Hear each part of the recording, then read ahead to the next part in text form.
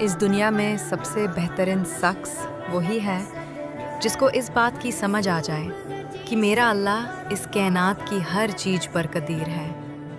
میرا اللہ غفور رحیم ہے۔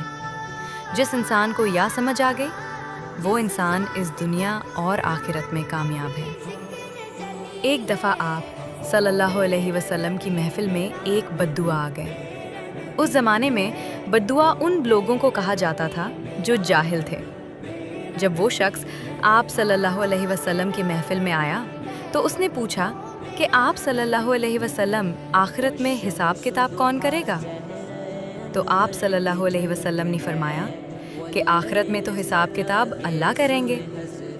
تو اس بددعا نے دوبارہ پوچھا کہ اللہ کریں گے حساب کتاب؟ تو آپ صلی اللہ علیہ وسلم نے فرمایا ہاں، اللہ کریں گے۔ یہ بات سن کر وہ بددعا مسکرایا اور کہنے لگا کہ آپ صلی اللہ علیہ وسلم مجھے اجازت دیں، اور وہ وہاں سے اٹھ کے چلا گیا۔ آپ کچھ صحابہ جو اس محفل میں بیٹھے ہوئے تھے انہیں اس بات کے سمجھ نہیں آئی۔ وہ اٹھے اور انہوں نے اس بددعا کا پیچھا کیا اور اس سے جا کے پوچھا، تم آپ صلی اللہ علیہ وسلم کی محفل میں آئے ہو، تم نے سوال کیا ہے آخرت میں حساب کتاب کون کرے گا؟ آپ صلی اللہ علیہ وسلم نے تمہیں جواب دیا کہ اللہ کرے گا، تو تم مسکرا کر اٹھ کے کیوں آ گئے ہو؟ تو اس بددعا نے مسکراہٹ سے کہا کہ اگر اللہ تعالیٰ نے آخرت میں حساب کتاب کرنا ہے تو اللہ تعالیٰ تو بڑا غفور الرحیم ہے۔ وہ تو مجھ سے میری ماں سے زیادہ پیار کرتا ہے۔ کیا میری ماں مجھے جہنم کے آگ میں جلا سکتی ہے؟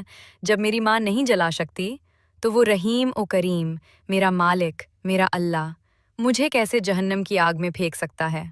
تو وہ صحابہ آئے آپ صلی اللہ علیہ وسلم کے پاس اور آ کے بولا کہ آپ صلی اللہ علیہ وسلم اس طرح ہم اس بددعا کے پیچھے گئے تو اس نے یہ بات کی ہے کہ اللہ تو بڑا رحیم ہے۔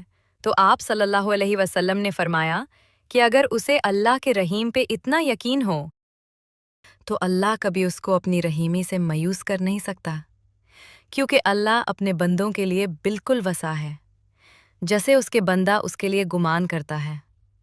اگر اس کے بندے کو یہ یقین ہے کہ وہ بڑا رحیم ہے تو اللہ تعالیٰ اس کے لیے رحیم ہی ہے، اللہ تعالیٰ اس کو معاف ہی کرے گا۔